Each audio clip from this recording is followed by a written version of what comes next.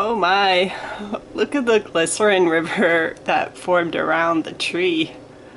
That's crazy. I've had that happen with my heart and other embeds, but that one really stands out a bit more.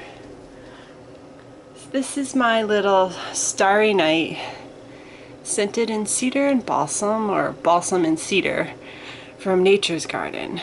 And the little tree and the stars in the sky and the snowy ground. Just a cute little winter scene. It's also one of my most popular scents in the winter. Yes. Super cute.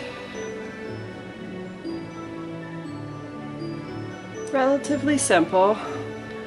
The embed I made with a tube mold, so I just poured, and then the stars are extruded from soap dough. Just a fun little design.